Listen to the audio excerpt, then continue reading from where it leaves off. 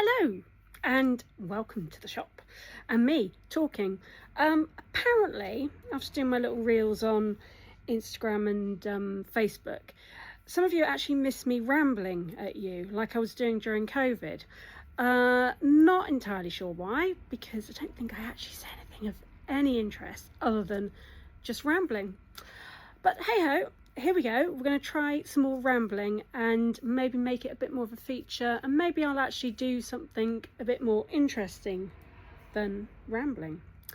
So at the moment I am working on my Miss Marple scarf for our Agatha Christie make along. Now I've been asked why we chose why that's often a simple question. Why? Basically I've tried to make this scarf many a time in knit and crochet. It's very easy. It's garter stitch. There's not really a lot to it. However, every time I've done it, I forget which side I'm supposed to do the increases on, and then it all goes a bit awry because I forget to count and forget to do the increases. So I thought if everybody else was making one, it might make me persevere.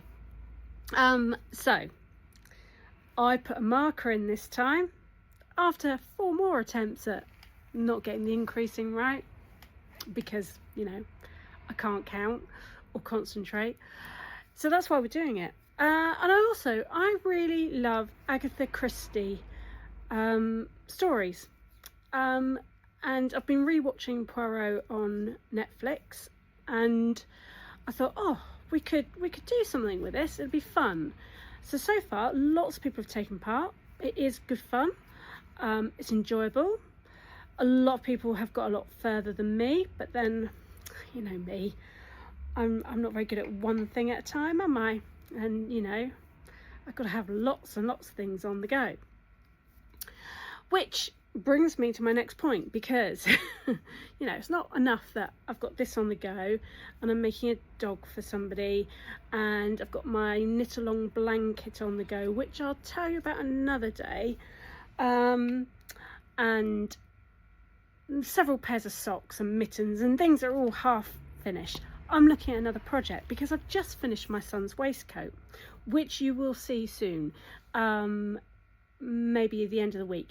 It's the Paul McCartney one, but I'm looking at vintage knits because I do love a good vintage knit, and I was a bit inspired because I found my 50th birthday present from one of my Knit and Natter ladies, and in there she's made me this lovely journal, and it's got vintage patterns and just posters and things, and I thought, oh, I ought to knit something vintage. It's been a while. I think the last thing I really did, other than the endless Paul McCartney items, was this one. So that got me then thinking about a Christmas present I had from my husband one year. We set each other a charity shop hunt and he bought me this, and in there's a couple of things that I'm quite interested in doing. One of them is this sleeveless waistcoat. I'm going to put some pictures up on the side of this if I can be really clever and whizzy and techie, to show it in a bit more detail. And it's 2-coloured. It's really simple. They've done it in 4-ply, actually they've done it in 3-ply, but they've done it on number 8s and 12s, which would have been 4mm and possibly 275, maybe, yeah, 275 possibly. So I'm thinking about maybe double knit, because the gauge is 9 stitches to 1 inch, so that would work out roughly as a double knit. So watch this space. That may happen, and it's really nice in that it gives other ways of doing it. So you could do it in that pattern, but you could also do it in stocking stitch with striped bands, or you could do a bird's foot pattern, and it gives you very different options, and it's not so detailed, which is brilliant, because so often I think we get hung up on how the pattern instructions are. They're very precise and we need to follow them to the letter, and actually we can be a bit more adventurous. They always used to be. The only thing that's putting me off of this is the 42 rows of knit 1 purl 1 rib. I don't like rib. I really don't like rib. So I'm umming and ahhing And the other thing that I have been intrigued by and interested in is this hat. It's fun. Look at that, 3-cornered hat. Again, I'll put the pictures up, and they've got different versions there. Now, believe it or not, the stripy ones are actually knitted, because you always think, oh, maybe they're dull colours, quite dull. That'd be the word, dull. They've done it in maroon, lime green and grey, which are not colours I would necessarily put together. And I'm contemplating maybe making one of those. I also like the fact that with it, you're not actually sewing it together.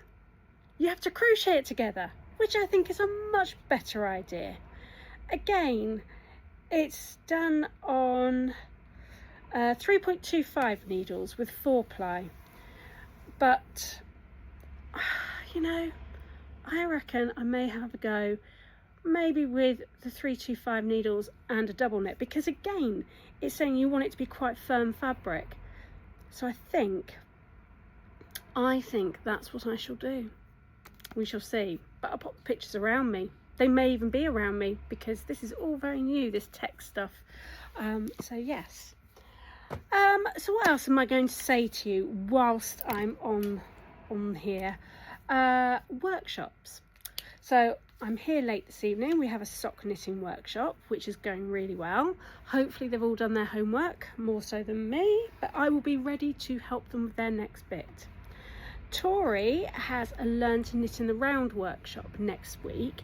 If you go on the website, you'll be able to find it and book on. So you'll get to different techniques of knitting in the rounds that you can use that, because some people are scared by it, and it's a game changer. If you can knit in the round, really no ends, well, obviously the starting end and the end, but much better. We've got a drop-in have a go at making a granny square on Saturday, because it's National Granny or International National Granny Square Day. So we thought, pop in, have a go. There is a cost to it, but you can book a place if you want to on the website, but otherwise there is a bit of a cost, but I can't remember what it is. Yeah. And we are hoping to put more workshops on. It's just trying to find times and things that will suit us and you guys. At the moment we've got our beginners to learn to knit and crochet mornings, which are only £5, because they're drop-in ones. You can drop in or you can book. If you book, then you know you've got space. So it's to have a go at knitting and crochet, but also if you're stuck on something, you know, you can pop in and have a go and get some help. Tori seems to have had a few people come along to her. I haven't had anyone. Well, no, that's a lie. I've had one lady who I've helped with a bit of crochet, but it appears that Tuesday mornings are not great for people.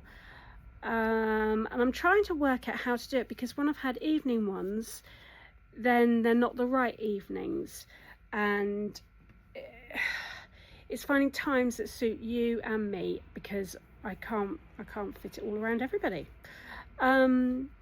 So we will work on that and find out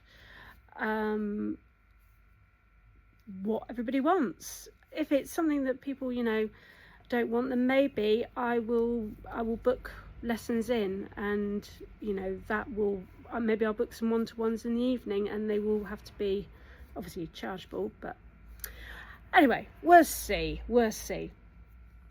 So I have waffled for quite a while here. What else was I going to say? Oh, the eclipse tomorrow, or today, depending on when this video gets out. May well be today. So take care when looking at this, you know, watching it all. Use a pinhole camera if you haven't managed to get any glasses. Maybe make something eclipse related to remind you of the time. I'm thinking about making some coasters. I did post a pattern on our Facebook page from a lady whose name I can't remember off the top of my head. See, all these professional podcasters and things, they have it all planned out, and I just sit here and waffle at you. So that is today's update. I'm just going to do another couple of rows on this before remembering to increase. And yeah, I'll speak to you all soon. Bye.